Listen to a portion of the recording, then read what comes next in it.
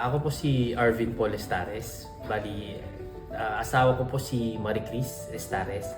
Taga Barangay San Antonio po ako, dito sa may Baliwan.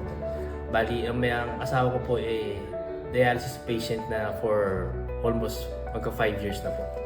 Kaya po, ako po yung sumubok ulit na humingi ng tulong at yun naman po, kaya hindi naman po ako nabigo sa paghingi ng tulong sa kanya.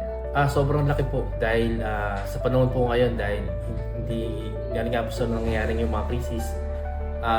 Yun po, ang lahat po ng tulong mapamaliit o gano'n po kalaki yan, napakalaking tulong po para sa amin, lalo po sa asawa ko. Dahil nga po, yun nga po sa loob ng 4 na taon at 5 taon, lumalaban pa rin po kami sa sakit niya at lahat po ng tulong na pwede namin makuha isa pong napakalaking bagay na po para sa amin. Unang-una po, maraming salamat po kay Kasamang Gas sa lahat po.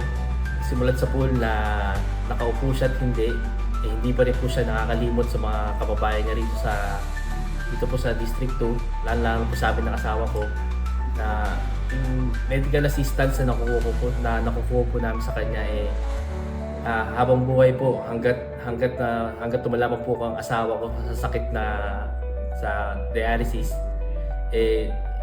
tatarayin po namin malaking utang na loob po to sa kanya at sana po huwag po siya magsasawang tumulong pa at sana po pagpalain po siya ng Diyos. Maraming salamat po.